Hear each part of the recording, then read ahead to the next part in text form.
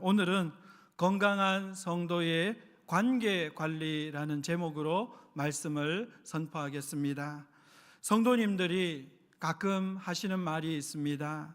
저는 신앙생활은 좋은데 사람이 너무 힘듭니다. 그런 말이에요.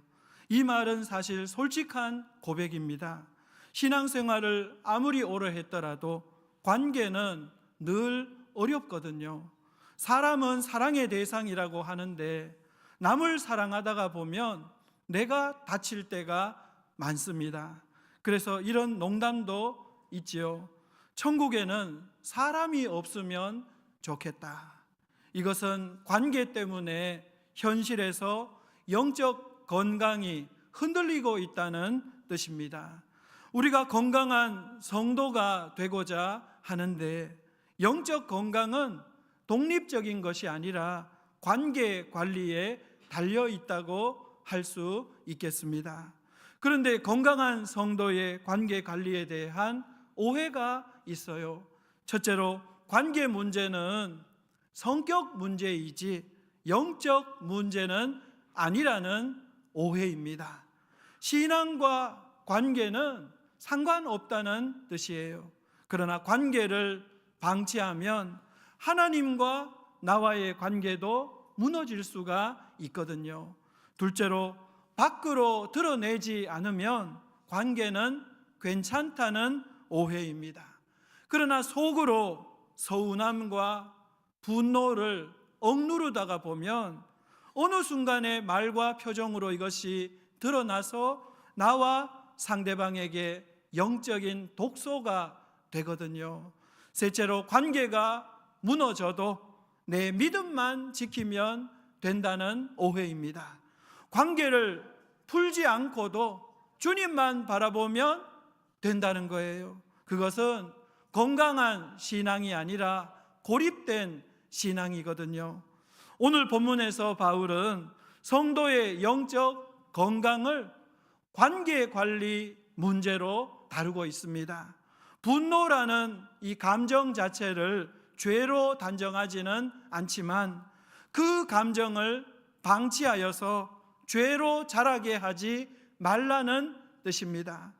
해가 지도록 분을 품지 말라. 이것은 시간이 해결해 줄 것이라는 헛된 기대를 품지 말고 관계를 제때 다루라는 명령의 말씀이에요. 관계 갈등이 오랫동안 지속될수록 우리 마음에는 틈이 생겨버리거든요. 그 틈은 마귀가 역사하고 마귀가 우리를 공격하는 수단이 될 수 있어요. 그래서 바울은 이 관계 문제를 단순한 감정의 문제가 아니라 마귀가 개입할 수 있는 영적 문제로 규정합니다. 이 말씀은 성도의 영적 건강이 경건 생활로만이 아니라 관계 문제를 어떻게 관리하느냐에 달려 있음을 말해줍니다. 오늘 본문에서 바울이 제시하고 있는 관계 관리의 핵심은 세 가지입니다. 첫째로 감정이 중요해요. 감정은 잘 관리해야 신앙이 병들지 않을 수 있다는 것입니다. 바울은 이 분노의 감정을 죄로 규정하지는 않습니다. 오히려 분을 내어도라고 이렇게 말하죠. 분을 낼 수 있는 문제라고 말씀해요. 그러나 그러한 감정을 우리가 어느 시간 동안 허용하느냐, 이게 문제라는 거예요. 문제는 감정의 존재가 아니라 감정의 허용 시간입니다. 해가 지도록 오랫동안 이 감정을 품게 되면 감정은 우리 마음속에 굳어지고 왜곡될 수 있어요. 우리의 삶 전체를 지배해 버릴 수가 있어요. 하나님과 나 사이를 가로막아 버릴 수 있거든요. 감정은 즉각 해결해야 할 영적 관리의 영역이라는 것입니다. 둘째로 관계의 틈을 제때 메우지 않으면 마귀가 역사하는 틈이 된다는 것입니다. 바울은 마귀에게 틈을 주지 말라. 이렇게 말씀하죠. 마귀에게 틈을 주지 말라. 이 관계의 틈을 마귀가 역사할 수 있는 영적인 영역으로 보고 있어요. 해결되지 않은 우리 마음의 갈등은 마음의 작은 틈을 만들어버리고 그 틈을 통해서 마귀가 섭섭함, 미움, 슬픔 이런 감정들을 막 심습니다. 그러면 그 틈은 점점점 넓어지고 나중에는 메우기가 어려워지거든요. 관계의 틈을 방치하면 영적 방어선을 허무는 결과를 낳게 되는 거예요. 셋째로 관계 관리의 비결은 의지적인 태도 변화보다는 복음에 있다는 것입니다. 바울은 관계 회복을 어떤 기술이나 요령으로 다루지 않아요. 버릴 것은 버리고 입을 것은 입어야 한다고 말씀하고 있죠. 분내는 마음은 버리고 친절과 긍휼의 마음을 선택하라고 권면합니다. 그런데 그 근거가 어디 있을까요? 상대방이 태도가 바뀌면 그렇게 할 수 있을까요? 아닙니다. 상대의 태도가 그 근거가 아니라 그리스도 안에서 너희가 용서받았다는 사실, 거기에 관계 회복의 근거가 있다는 거예요. 관계 관리는 결국 복음을 기억하고 붙드는 믿음의 결단이라는 것입니다. 오늘 우리의 신앙생활을 보면 영적 건강을 말하면서 관계 관리는 포기한 분들이 있어요. 예배와 봉사는 계속하지만 이 인간 관계는 어쩔 수 없다고 생각합니다. 상처를 받으면 대화하기보다는 거리를 두는 것이 익숙해졌어요. 서운함은 점점 쌓여가고 침묵은 깊어집니다. 세상에 어쩔 수 없는 일도 있다, 이런 말로 관계 악화를 합리화하고 있어요. 그런데 이 관계가 차가워질수록 우리 마음의 기쁨도 사라지거든요. 영적 건강은 조용히 무너지고 있는 거예요. 그러면 우리는 어떻게 이 관계를 관리하고 영적 건강을 지켜서 건강한 성도가 될 수 있을까요? 첫째로 관계 속 감정을 사람에게 쏟지 말고 하나님께 쏟읍시다. 바울은 분을 내어도 죄를 짓지 말라고 합니다. 감정이 생기는 것 자체를 죄로 보지는 않아요. 신앙이 깊어진다고 감정이 사라지는 것은 아닙니다. 근데 문제가 있어요. 문제는 감정이 아니라 그 감정의 출구입니다. 감정을 사람에게 쏟아내면 이 관계가 상처를 입게 됩니다. 말이 날카로워지고 표정이 굳어지고 마음이 멀어집니다. 그러나 감정을 하나님께 내 감정을 가지고 나아가면 분노는 기도가 되고 눈물은 호소가 됩니다. 시편 기자들은 감정을 숨기지 않았어요. 감정을 쏟아냈어요. 그런데 사람이 아니라 하나님께 감정을 쏟아냈어요. 억울함도 분노도 실망도 사람에게 쏟은 것이 아니라 하나님 앞에 그대로 토해냈습니다. 그 자리에서 감정은 죄가 아니라 하나님과 다시 연결되는 통로가 되었습니다. 이처럼 감정은 억눌러야 할 짐이 아니라 하나님께 가져가야 할 영적 대화의 재료가 되는 거예요. 바울은 감정을 억누르라고 말하지 않습니다. 감정을 하나님 앞에서 관리하라고 말씀합니다. 영적으로 건강한 상태는 어떤 상태일까요? 영적으로 건강하다는 것은 감정이 없다는 뜻이 아니에요. 감정이 있지만, 내 안에 분노도 있지만 이 감정이 하나님께 흘러가도록, 사람에게 쏟지 않고 하나님께 흘러가도록 기도의 길이 열려 있는 상태라는 뜻입니다.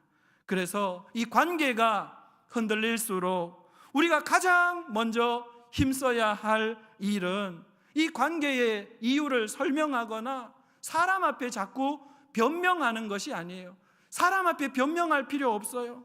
그 일로 인해서 하나님 앞에 무릎 꿇고 마음을 쏟아서 있는 모습 그대로 하나님 앞에 내 감정을 쏟아내고 기도하면 됩니다. 기도는 하나님께 나의 감정을 흘려보내므로 영적 건강을 관리하는 출발점이 되는 거예요. 기도가 영적 건강 관리의 출발점입니다. 어느 성도가 이렇게 자랑하듯이 말씀을 하시더라고요. 목사님, 저는 화를 잘 안 내지요. 참고 또 참습니다. 그런데 그 말을 듣고 있던 아내가 이렇게 말씀을 하시는 거예요. 당신은 화를 안 내는 게 아니라 화를 저장해 놓잖아요. 사실 그 성도는 뒤끝이 있었던 거예요. 화가 나면 하고 저장해 놓고 나중에 말투 하나, 한숨 하나에 그 화가 다 은연중에 드러나는 거예요. 아이들은 아빠 얼굴만 봐도 오늘 또 무슨 일이 있었구나 하고는 눈치를 볼 수밖에 없는 거예요. 그 성도는 감정이 생겼을 때 이 감정을 처리하는 방법을 몰랐던 거예요. 사람들 앞에서 감정을 억누르기는 했지만 기도의 자리까지 하나님 앞으로 그 감정을 가져가는 방법은 몰랐던 것입니다. 결국 그 감정은 하나님께 나아가지 못한 채 가장 편해야 할 가정이라는 관계 속으로 이 감정이 흘러 들어가서 상처를 주게 되었던 거예요. 그때 그 성도가 자신의 문제를 깨닫고 이렇게 말을 했어요. 생각해 보니 저는 하나님께 기도도 안 하고 가족에게만 제 마음을 쏟아낸 것 같습니다. 이렇게 말씀하시더라고요. 감정은 무조건 참는다고 해결되지 않아요. 어느 순간에는 터지게 되어 있거든요. 감정은 하나님께 드릴 때만 상처가 되지 않고 해결될 수 있는 것입니다. 여러분, 감정이 문제가 되는 것은 감정이 느껴진다 이 사실 때문이 아니에요. 감정은 당연히 느껴질 수 있죠. 분노도 날 수 있죠. 근데 문제는 그 감정을 하나님께 가져가지 않는 게 문제가 되는 것입니다. 여러분 모두 감정을 기도로 하나님께 가져가서 관계 관리에 승리하실 수 있기를 축원합니다. 둘째로, 관계의 틈이 생길 때 영적 싸움임을 깨닫고 싸웁시다. 바울은 분명히 말하죠. 마귀에게 틈을 주지 말라. 관계의 틈은 중립지대가 아니에요. 마귀가 그 틈을 장악할 수 있어요. 성경은 그 틈을 마귀가 노리고 있다고 분명히 말하고 있지요. 해결되지 않은 나의 감정은 마음에 작은 균열을 만들고 그 균열을 통해서 미움과 불신과 여러 가지 냉소가 조금씩 스며들게 됩니다. 마귀는 우리를 단번에 무너뜨리지 않고 사람과의 관계에서 틈을 조금씩 벌리는 방법을 사용해요. 그래서 신앙의 초점을 하나님께 두기보다 자꾸 사람을 의식하면서 불편하게 만드는 거예요. 그래서 관계를 방치한다는 것은 그냥 두는 것이 아니라 영적 싸움에서 내가 포기한다는 뜻이기도 합니다. 관계는 방치하면 안 되는 거예요. 우리는 관계 앞에서 자주 이렇게 말하지요. 시간이 지나면 괜찮아지겠지. 시간이 약이야. 이런 말을 합니다. 그러나 관계는 시간이 해결해 주지 않아요. 즉시 다루지 않으면 나중에는 메울 수 없을 만큼 틈이 넓어질 수도 있어요. 관계의 문제는 회피의 대상이 아니라 지금 내가 싸워야 할 영적 전쟁터입니다. 그런데 중요한 것이 있어요. 그것은 싸움의 대상이 누구냐 하는 거예요. 그러면 누구하고 싸울 것이냐 하는 거예요. 싸움의 대상은 사람이 아닙니다. 악한 마귀예요. 사람을 미워하고 사람과 싸우면 마귀에게 지는 거예요. 마귀의 장난감이 되는 거예요. 마귀와 싸워야 합니다. 그러려면 하나님께 가까이 나아가고 말씀 붙들고 기도해야 하는 것입니다. 마귀가 이 관계의 틈을 이용하려고 할 때 성도는 그 틈을 말씀으로 기도로 메워야 하는 것입니다. 어느 성도가 있었는데 신앙생활도 열심히 하고 교회에서도 인정받는 분이었어요. 그런데 어느 순간부터 예배가 은혜가 안 돼요. 예배가 힘들어지고 말씀을 들어도 마음에 잘 와닿지를 않는 거예요. 나중에 돌아보니 이유가 생각나는 거예요. 몇 달 전에 가까운 성도와 작은 다툼이 있었습니다. 크게 다투지 않아서 시간이 지나면 괜찮아지겠지 하고 그냥 화해 없이 넘어갔어요. 그런데 그냥 둔 마음이 기도를 가로막고 말씀을 가로막아 버린 거예요. 그 틈 사이로 마귀가 역사한 거죠. 낙심이 들어왔고 굳이 저 사람과 다시 이야기해야 하나 그런 회의적인 생각이 자리 잡게 되었어요. 그는 나중에 이렇게 고백을 했습니다. 제가 죄에 크게 넘어졌던 건 아닙니다. 다만 마음의 문 하나를 잠그지 않고 방치했을 뿐입니다. 여러분, 마귀는 우리 마음의 지붕을 뚫고 들어올 수는 없어요. 그런데 우리가 열어놓은 작은 문, 잠기지 않은 문 하나, 메우지 않은 그 관계의 틈을 기가 막히게 마귀는 알고 있어요. 그 관계의 틈이 작아도 마귀는 그리로 들어와서 우리 마음의 역사를 하는 것이거든요. 여러분, 관계의 틈은 시간이 지난다고 저절로 메워지지 않습니다. 그 틈을 방치할 것인가? 말씀과 기도로 막아설 것인가? 이것은 우리의 선택이거든요. 여러분 모두 마귀에게 그 틈을 내어주지 마세요. 말씀과 기도로 영적 싸움을 싸우셔서 그 틈을 메우실 수 있기를 간절히 축원합니다. 셋째로, 예수님을 바라보며 친절과 긍휼과 용서를 선택합시다.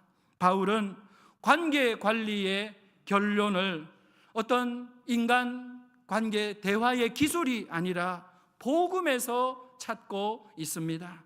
31절은 버릴 것을 말하죠. 모든 악독, 노함, 분냄, 떠드는 것, 비방, 악의를 버리라고 하시고 32절을 보면 입어야 할 것을 말하는데 친절과 긍휼을 입으라고 말씀하세요. 그런데 왜 우리가 친절과 긍휼을 입어야 하나? 어떻게 친절과 긍휼을 입을 수 있느냐? 이 말씀을 보면 하나님이 그리스도 안에서 너희를 용서하심과 같이 하라는 것입니다. 하나님이 그리스도 안에서 너희를 이미 용서하신 그 은혜를 기억하고 그렇게 하라는 거예요. 관계 회복은 내 의지로 안 되거든요. 참아야지. 이 마음 가지고도 안 돼요. 우리를 먼저 용서하신 예수님을 바라볼 때 그 은혜가 흘러 넘쳐요. 그 은혜가 흘러 넘쳐서 관계의 틈을 메울 수가 있거든요. 예수님이 도저히 용서할 수 없던 나 같은 죄인까지 용서하신 그 사랑을 내가 생각할 때 사실 여러분, 용서하지 못할 사람이 누가 있어요? 예수님은 나를 위해 십자가 지셨는데 나는 누구를 용서하지 못할 것 같아? 다 용서할 수 있는 거예요. 우리는 보통 관계 문제 앞에서 내가 더 노력해야지, 내가 더 참아야지, 그렇게 다짐을 합니다. 그러나 그건 옳은 답이 아니에요. 바울은 관계 회복의 출발점이 어디 있느냐? 관계 회복의 출발점은 우리의 결심이 아니라 이미 우리에게 주어진 용서의 놀라운 은혜라고 선포합니다. 우리를 먼저 품으시고 우리가 회개하기 전에, 우리가 주님께 나아갈 마음 준비도 안 되었을 때 우리를 이미 아시고, 우리를 부르시고 십자가를 깨닫게 하시고 구원의 은혜를 알게 하신 그 은혜가 우리의 굳어진 마음을 부드럽게 만들고 닫혀있던 관계의 문을 열어주는 것입니다. 그래서 친절과 긍휼과 용서는 억지로 짜내는 태도가 아니에요. 십자가의 은혜에 내가 감격할 때 자연스럽게 흘러나오는 은혜의 열매인 것입니다. 어느 교회에 오랫동안 마음이 멀어진 두 성도가 있었습니다. 서로 큰 잘못을 하지 않았지만 말 한마디 그리고 오해 하나가 점점 쌓여진 거예요. 몇 년 동안 인사조차 하지 않았어요. 나중에 한 사람이 이렇게 고백했습니다. 처음엔 용서하면 손해보는 줄 알았습니다. 그런데 용서하지 않는 내 마음은 병들고 있었습니다. 그렇게 고민을 하다가 어느 사순절 예배 때 십자가 말씀을 들으면서 나는 하나님께 얼마나 많은 용서를 받았는가, 왜 이 관계는 사랑으로 메우지를 못하는가, 그런 생각이 드는 거예요. 그래서 먼저 다가갔어요. 손을 내밀었어요. 그리고 이렇게 말했대요. 미안합니다. 미안합니다. 우리 다시 서로 인사합시다. 이렇게 말을 했대요. 그 말에 상대도 한참 침묵하다가 사실 저도 그 말을 하고 싶었습니다. 이렇게 대답을 했어요. 그리고 두 사람의 관계는 예전보다 더 깊고 따뜻해진 거예요. 그리고 한 사람이 이렇게 고백했습니다. 그날 저는 이긴 게 아닙니다. 예수님이 이미 저를 용서하신 것을 기억했을 뿐입니다. 용서는 내 의지의 선택이 아닌 복음을, 예수님의 십자가를 다시 붙드는 선택, 그것이 바로 용서인 것입니다. 여러분, 영적 건강은 기도와 봉사를 무조건 많이 한다고 되는 것도 아니고 관계를 무조건 피해버린다고 되는 것도 아니에요. 영적 건강은 십자가 바라보면서 관계를 관리할 때 지켜질 수 있습니다. 여러분, 우리 모두 관계 속에 일어날 수 있는 감정을 사람에게 쏟지 맙시다. 기도로 하나님께 쏟읍시다. 그리고 관계의 틈 생겨날 수 있어요. 그렇지만 오랫동안 방치하지 말고 관계의 틈 앞에서 사람이 아니라 마귀와 영적인 싸움을 싸웁시다. 그리고 십자가를 바라보면서 친절과 긍휼과 용서를 선택합시다. 내 힘으로는 안 돼요. 십자가를 바라보면서 선택합시다. 그리하여서 관계 관리에 승리하는 건강한 성도가 다 되시기를 간절히 축원합니다.